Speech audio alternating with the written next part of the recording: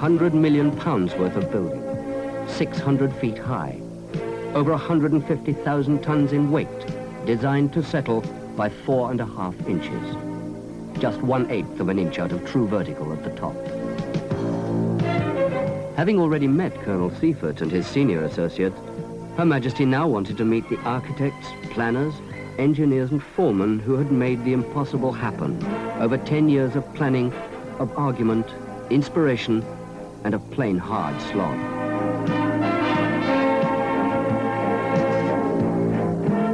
At 600 feet, and with 2,500 people inside it, such a building has to be operated like a single vast machine. A simple example, posts and internal memos. The amount of paper shifted every day inside the tower would normally have every lift and every corridor jammed with messengers. But the tower isn't a normal building. One of the first places Her Majesty visited on her tour of the building was, in fact, the Mail and Translations Department.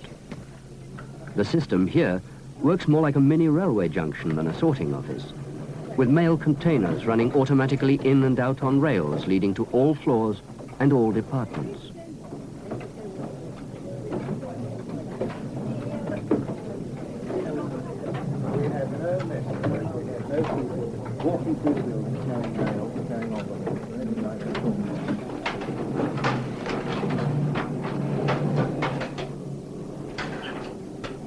The mail train's vertical line to the top runs deep inside the concrete trunk of the building. Likewise, the lift shafts, with their 21 high-speed lifts watched over by closed-circuit television cameras.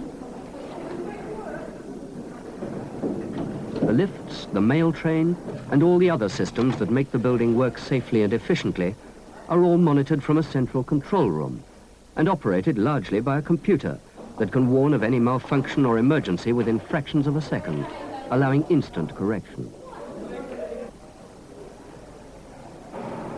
Below ground, in the basement, huge chilling and pumping systems cool and pump the water used in the tower's air conditioning.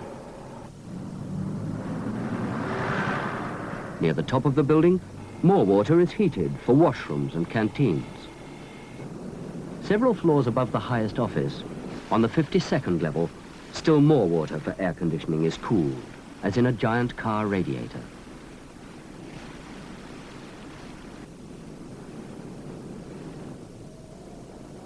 During her visit, Her Majesty ventured briefly out onto one of the roof sections.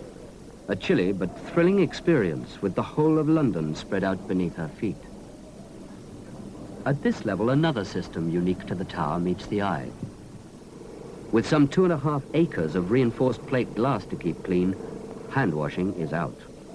Instead, automatic machines set on runners between the tower's steel mullions crawl like beetles up and down, washing, rinsing, and drying 24 hours a day. Inside the offices, though, is where the tower's real value lies. In the centralized space the bank so badly wanted. Inside all this new space, lighting, heating, and ventilation are all automatically raised or lowered for comfort, whatever the weather outside. A bit like working on the moon, but only a bus ride from home.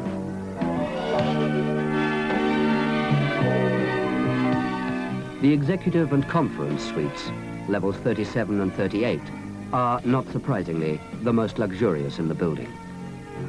Between them, an open staircase gives easy, informal access between offices housing the spearhead of the international division's worldwide activities. Office equipment throughout, telephone switchboards here for 4,000 lines, is all the newest and best on the market. Everything is designed to make the tower a comfortable, cheerful place in which to work. At mealtimes, 5 large refreshment rooms provide views with their food that would have any commercial rival charging a 50% premium. From the very top of the tower, London stretches out like a huge embossed carpet below. All its other monuments reduced to the scale of toys. On the 42nd floor, slightly lower but indoors and warm, a viewing gallery offers more of the same, with landmarks in every direction. There's the HAC's headquarters.